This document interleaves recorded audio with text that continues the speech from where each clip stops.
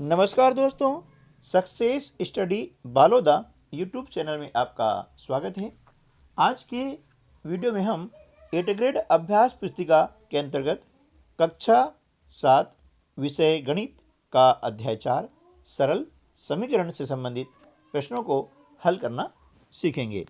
तो चलिए शुरू करते हैं आज का वीडियो और सीख लेते हैं कुछ नया। देखिए, इसके अंतर्गत पहला जो प्रश्न है कि x - 5 बराबर 9 को सामान्य कथन के रूप में लिखिए।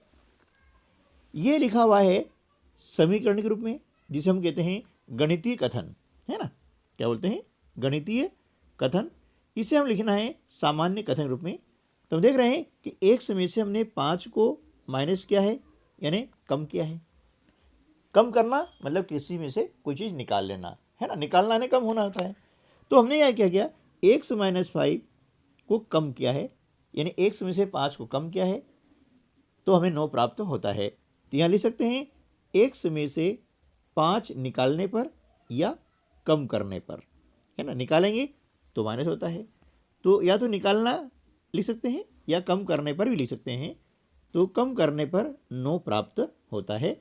ये आपका हो गया सामान्य कथन, और सामान्य कथन से ये हमारा बन जाता है समीकरण, ठीक है ना। तो सामान्य कथन से समीकरण और समीकरण से सामान्य कथन, ये हमें लिखते आना चाहिए। तो चलिए अब हम कर लेते हैं प्रश्न क्रमांक 2। एक संख्या x की चौथाई में से 4 घटाने पर 4 प्राप्त होता है, इसके लिए समीकरण बनाइए। तो x की चौथाई, चौथाई मतलब होता है बटे 4, है ना। तो हमने लिखा x बटे 4। क्या लिखा? x बटे 4 में से 4 घटाने पर, घटाना मतलब ऋण का चिन्ह लगाया हमने, ये 4 घटा दिया है, तो हमें 4 प्राप्त होता है, तो बराबर 4 इस प्रकार लिखेंगे। ये बन गया आपका समीकरण। क्या हो गया? समीकरण। और ये क्या था? ये आपका था सामान्य कथन। तो सामान्य कथन से हमें समीकरण बनाने आना चाहिए, ताकि आगे जो शाब्दिक प्रश्न आएंगे उनको हम आसानी से हल कर सकेंगे। चलिए अगला प्रश्न है, वह संख्या ज्ञात कीजिए जिसके 8 गुने में 4 जोड़ने पर 60 प्राप्त हो। अब माना कि वह संख्या x है ना। अब जिसके 8 गुने में, यानी x में हम 8 का गुणा करेंगे तो क्या हो जाएगा? 8x, ठीक है। इसमें 4 जोड़ने पर, ये हमने 4 जोड़ा तो 60 प्राप्त होता है, हमने लिख दिया यहाँ पर बराबर 60, ठीक है। तो हमारा समीकरण हो गया 8x धन 4 बराबर 60। क्लियर? चलिए अब क्या करेंगे, ये जो यहाँ पर +4 है, इसका हम कर लेंगे पक्षांतर। तो अगली स्टेप हो जाएगी 8x बराबर 60 ऋण 4। 60 में से 4 कम करेंगे तो बचेगा 56, यानी 8x बराबर 56। अब यहाँ पर देख रहे हैं कि x के साथ में 8 कौन सी क्रिया कर रहा है? x के साथ में 8 गुणा की क्रिया कर रहा है। जब इसका हम पक्षांतर करते हैं तो यह भाग की क्रिया करेगा, क्योंकि पक्षांतर करने पर संक्रियाएं बदल जाती है, यानी प्रतिलोम हो जाती है, उल्टी हो जाती है। तो x बराबर हो जाएगा 56 बटे 8। 8 से हम 56 को डिवाइड करेंगे तो 8 सत्ते 56, यानी x बराबर कितना हो जाएगा? 7 हो जाएगा। अतः वह संख्या 7 है, ये हमारा आंसर हो जाएगा। क्लियर? चलिए नेक्स्ट। जब आप एक संख्या को 6 से गुणा करते हैं और फिर गुणनफल में से 5 घटाते हैं तो आपको 7 प्राप्त होता है। क्या आप बता सकते हैं कि वह संख्या क्या है? माना कि वह संख्या x है ना। जो हमें ज्ञात नहीं है उसे हम क्या मानेंगे? x मान लिया। अब x को 6 से हमने गुणा किया तो क्या हो जाएगा? 6x, है ना। फिर इस गुणनफल में क्या करेंगे? 5 घटाते हैं तो ये हमने कर दिया -5, तो हमें 7 प्राप्त होता है, तो हमने लिख दिया बराबर 7, ठीक है। तो ये हमारा बन गया समीकरण। क्या बन गया? 6x ऋण 5 बराबर 7। ठीक है, अब ऋण 5 का हम करेंगे पक्षांतर, तो पक्ष बदलने पर क्या होगा, संख्याएं बदल जाती हैं, यानी ऋण का हो जाएगा धन। तो अगली स्टेप बन जाएगी 6x बराबर 7 धन 5। 7 में 5 जोड़ेंगे तो हो जाएगा 12, यानी 6x बराबर 12 हो गया। अब यहाँ पर हमें x का मान ज्ञात करना है, तो 6 का करना होगा पक्षांतर। तो पक्षांतर करने पर यह भाग की क्रिया करेगा, क्योंकि यहाँ पर एक गुणा की क्रिया कर रहा है। तो यहाँ हो जाएगा x बराबर 12/6। 6 से हमने डिवाइड कर दिया 12 को, 6 कम 6, 6 दूनी 12, यानी x बराबर 2। अतः वह संख्या 2 है। ठीक है, चलिए नेक्स्ट क्वेश्चन।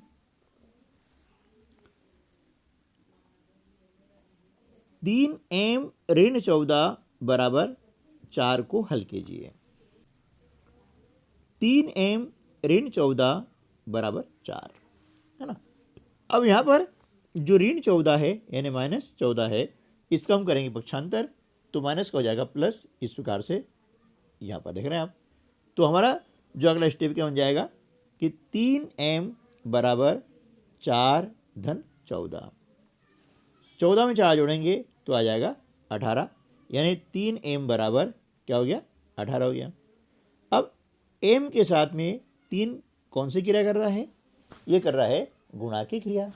इसका पक्षांतर करेंगे तो ये करेगा भाग की क्रिया, भाग यानी बटे में। तो यहाँ पर क्या हो जाएगा कि m बराबर 18/3। अब 3 से हम 18 को डिवाइड कर देंगे तो 3 6 18, यानी m बराबर 6। ठीक है, तो आपका आंसर हो जाएगा m बराबर 6। ठीक है ना, m बराबर 6 आपका आंसर हो जाएगा। ठीक है, चलिए नेक्स्ट क्वेश्चन है 5/2 x बराबर 10 को हल कीजिए। इसका हम पक्षांतर करेंगे तो गुणा का भाग और भाग का गुणा, यानी इसमें 5 गुणा क्रिया कर रहा है, पक्षांतर करने पर भाग की क्रिया करेगा। यहाँ पर 2 भाग की क्रिया कर रहा है, पक्षांतर करने पर करेगा गुणा क्रिया। अर्थात क्या होगा, 5/2 का हो जाएगा गुणन प्रतिलोम, यानी x बराबर 10/1 गुणा 2/5। देखिए यहाँ 5/2 था, इसका उल्टा यानी गुणन प्रतिलोम हो जाता है 2/5। ठीक है, अब अंश से हर जो कटेगा उसको हम काट देते हैं। 5 एकम 5 और 5 दूनी 10। अब 2 में 2 गुणा करते हैं तो यहाँ आ जाएगा 2 दूनी 4, यानी x बराबर 4 इसका आंसर हो जाएगा। ठीक है, चलिए नेक्स्ट क्वेश्चन। प्रश्न क्रमांक 7, किसी संख्या के तिगुने और 11 का योग 32 है, वह संख्या ज्ञात कीजिए। माना कि वह संख्या x है। प्रश्न अनुसार प्रश्न में क्या कहा है, किसी संख्या के तिगुने में, है ना। भाई x का तिगुना कितना हो जाएगा, 3x। 3 का गुणा करना है ना, तो x में 3 का गुणा करेंगे तो क्या हो जाएगा 3x। और 11 का योग, योग का मतलब है जोड़, है ना, धन का चिन्ह। ठीक है, ये हम लगाया तो 3x धन 11 हो गया, बराबर कितना 32। ये में दिया हुआ है, हमने लिख दिया 32। क्लियर, ये बन गया हमारा समीकरण 3x धन 11 बराबर 32। ठीक है ना। अब धन 11 जो है इसका हम करेंगे पक्षांतर, तो धन का हो जाएगा ऋण, इस प्रकार से ऋण 11। 32 वैसे था, हमने ऐसे वैसा हमें लिख दिया है। 3x बराबर हो गया 32 ऋण 11। 32 में से 11 को माइनस करेंगे तो हो जाएगा 21, है ना।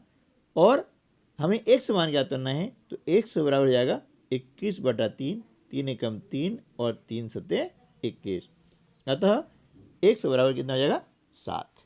ठीक है ना, तो ये वो संख्या क्या हो गई, वो संख्या 7 हो गई है। ठीक है, अगला प्रश्न है, किसी समद्विबाहु त्रिभुज में आधार कोण बराबर होते हैं, शीर्ष कोण 40 डिग्री है।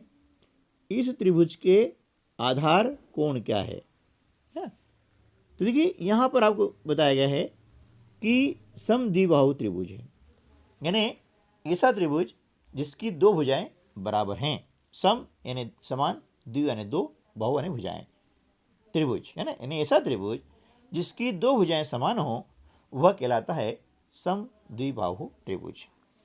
अब जिसकी समान भुजाएं होती है तो उन भुजाओं के सम्मुख जो कोण होते हैं वे भी बराबर होते हैं, ठीक है ना। तो आधार कोण इनके क्या हो गए, बराबर हो गए हैं, और शीर्ष कोण हमें दिया है 40 डिग्री। तो हमने मान लिया है, माना कि त्रिभुज के दोनों आधार कोण 100 डिग्री हैं। हम जानते हैं कि त्रिभुज के तीनों अंतः कोणों का योग 180 डिग्री होता है। अतः x धन 40, क्यों कि आधार कोण दोनों हैं और दोनों कोण कैसे हैं, बराबर हैं, तो x हो गया। और तीसरा जो हमारा है शीर्ष कोण 40 डिग्री का, ये अब तीनों को जोड़ने पर इनका योग कहलाता है 180 डिग्री, ठीक है ना। तो यहां हमने लिख दिया है x धन 40 बराबर 180। x और x जोड़ दिया तो हो गया 2x धन 40 बराबर 180।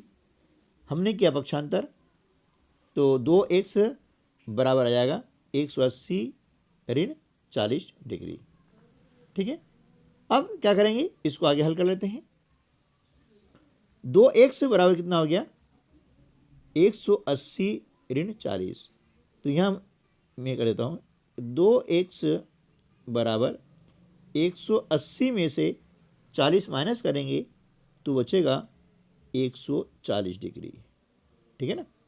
तो x बराबर हो जाएगा 140 बटे 2 से हमने डिवाइड किया, 2 एकम 2 और 2 सत्ते 14 शून्य, यानी हो गया x बराबर 70 डिग्री।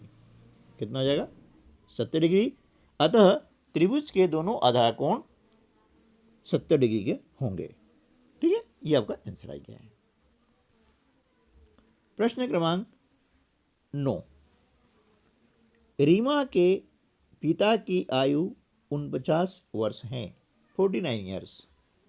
उनकी आयु रीमा के आयु के 3 गुने से 4 वर्ष अधिक है। रीमा की आयु क्या है।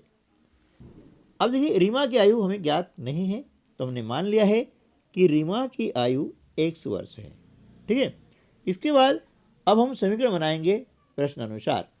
अब प्रश्न में जो कहा गया है उसे हम पढ़ेंगे, समझेंगे और समीकरण का निर्माण करेंगे। देखिए क्या बोला है कि रीमा की आयु के 3 गुने से, देखिए रीमा की आयु कितनी है, 1 वर्ष है, इसका 3 गुना कितना हो जाएगा, 3x, ठीक है ना। अब आगे चलते हैं, 3 में से 4 वर्ष अधिक है। अधिक का मतलब होता है प्लस, ये लगा हमने प्लस चिन्ह।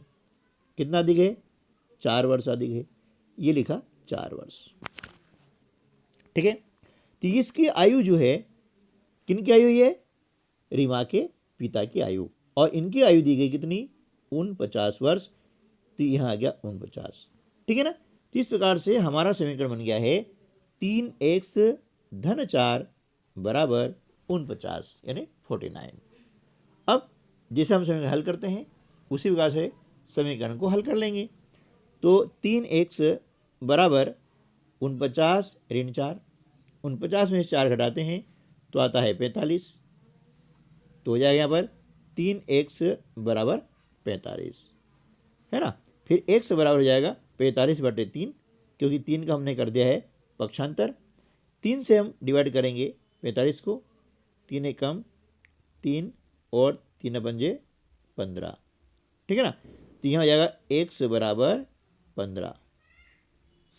अतः रीमा की आयु 15 वर्ष होगी। कितनी होगी, 15 वर्ष, ठीक है ना, यहाँ 15 जाएगा, ठीक है। रीमा की आयु हो गई आपकी 15 वर्ष, ठीक है ना। चलिए नेक्स्ट क्वेश्चन, प्रश्न क्रमांक 10, निम्नलिखित पहेली को हल कीजिए, है ना। पहेली को हम पढ़ लेते हैं ध्यानपूर्वक और फिर उसको हल करेंगे। देखिए, मैं एक संख्या हूं, मेरी पहचान बताओ, मुझे 7 बार लो और 50 जोड़ो, है ना। कितनी बार लेना है?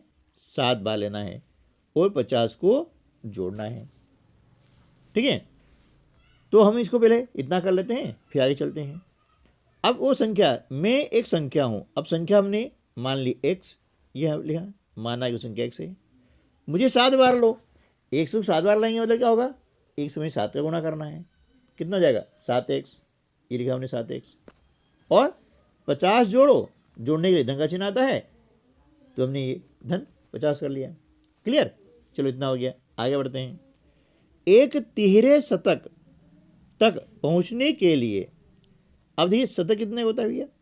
शतक का मतलब होता है 100।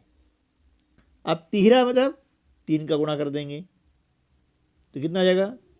300। ठीक है ना? अब तिहरे शतक तक पहुंचने के लिए आपको अभी भी 40 चाहिए, यानी 300 तक पहुंचने के लिए हमें 40 चाहिए, यानी इसमें से हम क्या करेंगे? 40 माइनस कर देंगे, क्योंकि इतने हमको और चाहिए, तब तिहरे शतक तक हम पहुंच पाएंगे। अर्थात हमारा समीकरण क्या हो गया है? पहले के अनुसार 7x धन 50 बराबर 300 ऋण 40। ये बन गया हमारा समीकरण। अब जब समीकरण बन चुका है तो आसान करना आसान है ना? बिल्कुल हल कर लेंगे अब। तो क्या होगा? इसको हल करना अब आसान हो जाएगा। तो 7x धन 50 बराबर 300 में से 40 माइनस करते हैं तो बचता है कितना? 260। अब हम क्या करेंगे कि 50 का कर देंगे पक्षांतर, ये हो जाएगा प्लस का -50। 260 में से जब 50 को माइनस करते हैं तो बचता है 210, यानी 7x बराबर 210। x का मान ज्ञात करने के लिए 7 का कर देंगे हम पक्षांतर, या गुणा का हो जाएगा भाग, भाग यानी बटे में। 7 से डिवाइड करते हैं तो 7 तिया 21, 0 के 0, तो x बराबर क्या हो जाएगा? 30। अतः वह संख्या क्या हो जाएगी? 30 हो जाएगी। इस प्रकार से हम जो है पहेली का हल आसानी से ज्ञात कर सकते हैं। तो उम्मीद है कि यह वीडियो आपको काफ़ी हेल्पफुल साबित हुआ होगा। मिलते हैं अगले वीडियो में, तब तक के लिए नमस्कार, जय हिंद।